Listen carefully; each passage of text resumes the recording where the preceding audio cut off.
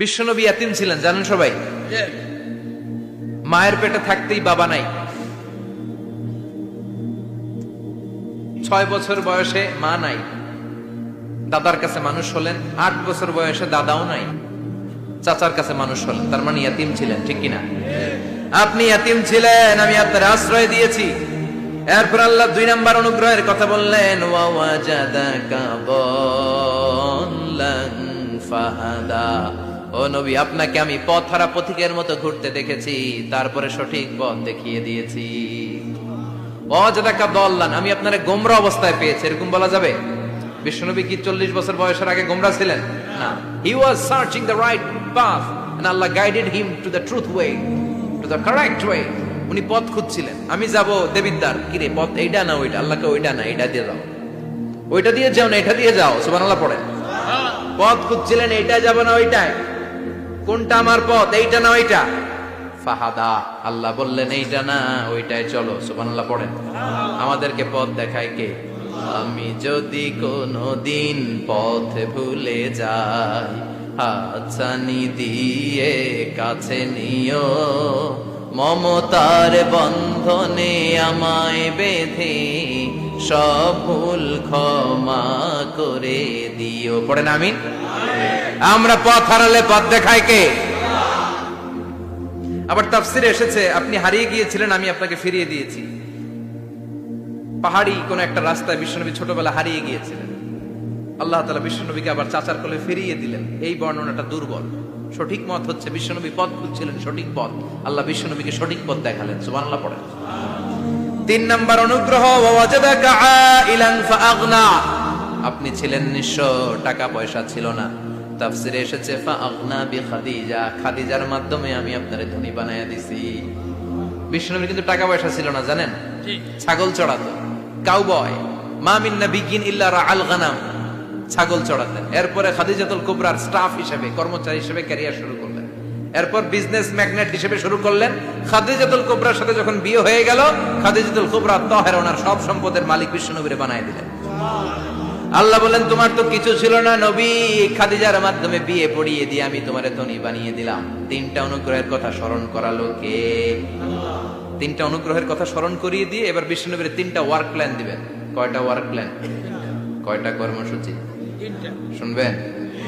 Number 1, আল্লাহ বললেন, ফাআম্মাল ইয়াতীমা ফালা তাকহার।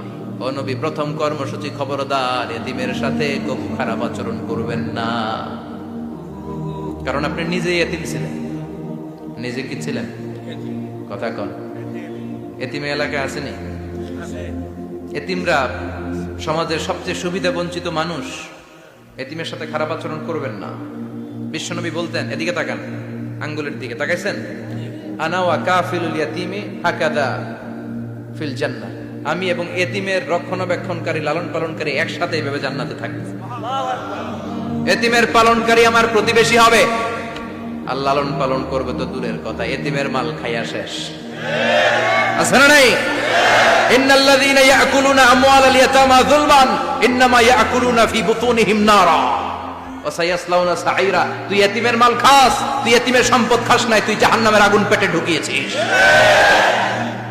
এতিমের সম্পদকে সে রক্ষণাবেক্ষণ করে দিয়ে এতিমের একটা ব্যবস্থা করে দিবে, ওইটা না, এতিমের সম্পদ মাইরা খায়া ফেলায়। তুমি এতিমের সম্পদ খাও নাই, তুমি জাহান্নামের আগুন পেটে ঢুকিয়েছো।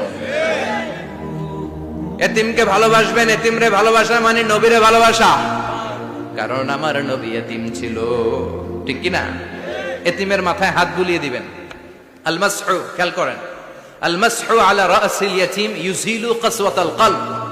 এতিমের মাথায় হাত বুলিয়ে দিলে হৃদয়ের কাঠিন্যতা দূর করে দেয় কে? আল্লাহ। এক সাহাবী এসে বললেন, ইয়া রাসূলুল্লাহ, জাআ রাজুলুন ইলা রাসূলিল্লাহ ওয়া ইয়াশতাকি কাসওয়াতাল কলব। এক লোক এসে বলে, নবী, আমার হৃদয়টা বড্ড শক্ত, হৃদয় নরম হয় না, এমন কিছু আমারে শিখিয়ে দেন যাতে হৃদয়টা নরম হয়ে যায়। বিশ্বনবী বললেন, তোমারে 3টা কাজ করতে বলবো। 1, ইরহামিল ইয়াতীম, এতিমের প্রতি রহম দিল হও। 2, আমসাহ আলা রাসি, এতিমের মাথায় হাত বুলিয়ে দাও। 3, আতইম তুআমাকা মাআহু, তোমার খাবার তার সাথে শেয়ার করো। ইয়ালিনু কলবুক, তোমার হৃদয়টা নরম হয়ে যাবে। অনেকে আছে দোয়া করলে চোখ দিয়ে পানি বের হয় না, আছে না নাই? কঠিন হৃদয়, হৃদয় নরম হয় না। এতিমের মাথায় হাত বুলিয়ে দিবেন, আপনার হৃদয়টারে নরম করে দিবে কে? যাদের ঘরে শান্তি নাই, জ্বালা যন্ত্রণা, একটু এতিমখানায় যাবেন, কিছু দান সদকা করবেন। ওরা খেতে পায় না, ওদেরকে খাবার দিয়ে আসবেন, একটা গরু দিয়ে আসবেন, একটা খাসি দিয়ে আসবেন, ওরা খাবে, আপনার জন্য দোয়া করবে। আর মাথায় একটু হাত বুলিয়ে দিয়েন।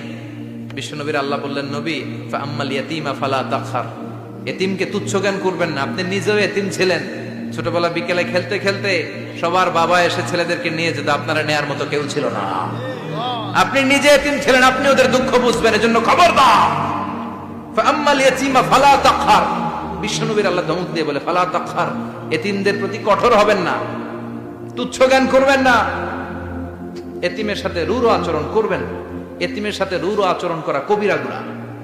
এদের নামে আল্লাহ কোরআনে একটা সূরা দিয়েছেন, আল মাউন। আরাআইতাল্লাযী ইউকাযযিবু বিদ্দীন, পড়েন, ফাযালিকাল্লাযী ইয়াদুউল ইয়াতীম। ইয়াদুউল ইয়াতীম, আপনি কি দেখেন নাই? ওরা দিনকে অস্বীকার করে, আর ওরা এতিমকে ঘাড় ধাক্কা দিয়ে বের করে দেয়। এতিমের সাথে যারা খারাপ আচরণ করে, এরা কখনো ভালো মানুষ হতে পারে না। এজন্য এতিমের সম্পদ অন্যায়ভাবে আত্মসাৎ করা যাবে। এতিমের মাথায় হাত বুলিয়ে দিলে হৃদয়টারে নরম করে দেয় কে? বিশ্বনবী এতিম ছিলেন, তাই এতিমের দরদ বিশ্বনবী ভালো বুঝেন। এজন্য বিশ্বনবীর প্রথম ওয়ার্ক প্ল্যান, কর্মসূচি দিলেন, ফাআম্মাল ইয়াতীমা ফালা তাকহার। খবরদার, নবী এতিমের সাথে কখনো খারাপ আচরণ করবেন। 2 নম্বর কর্মসূচি, ওয়া আম্মাস সাইলা ফালা তানহার। ও নবী, যারা সাইল, যারা ফরিয়াদি, যারা ভিক্ষুক, কখনো তাদেরকে ধমক দিবেন না। ভিক্ষুককে ধমক দিয়েন না, ফিরিয়ে দিয়েন না। আমরা ভিক্ষুককে ধমক দেই, ফিরিয়ে দেই। গাড়ির মালিক গাড়িতে বসে আছে, রাস্তায় জ্যাম, কিছু ভিক্ষুক এসে স্যার 2টা টাকা দেয়, ধমক দেয়, আছে না নাই? ও ভাঙ্গা থালা হাতে নিয়ে দাঁড়িয়ে আপনার কাছে টাকা যায়। আপনি বড় সাহেব, ওরেও বড় সাহেব বানাইতে পারতো কে? ওই ভাঙ্গা থালাটা আপনারে হাতে দিয়ে রাস্তায় নামাইতে পারতো কে? এই কাজটা করতে আল্লাহর কয় সেকেন্ড লাগে? এজন্য ফাআম্মা সাইলা ফালা তানহার, খবরদার, ফরিয়াদি ভিক্ষুককে তাড়িয়ে দিয়েন না। যতটুকু পারেন দেন। বিশ্বনবী কখনো কোনো ফরিয়াদিকে তাড়িয়ে দিতেন না। সুবহানাল্লাহ পড়েন। যেই বিশ্বনবীর কাছে এসে কিছু চাইতো, বিশ্বনবী দিতেন। বিশ্বনবী কখনো কাউকে ফিরিয়ে দিতেন না। বিশ্বনবীর কাছে চাওয়া মাত্র বিশ্বনবী দিতেন, না বলতে জানতেন না। সুবহানাল্লাহ পড়েন। না, এটা কেমন করে বলে বিশ্বনবী জানতেন না।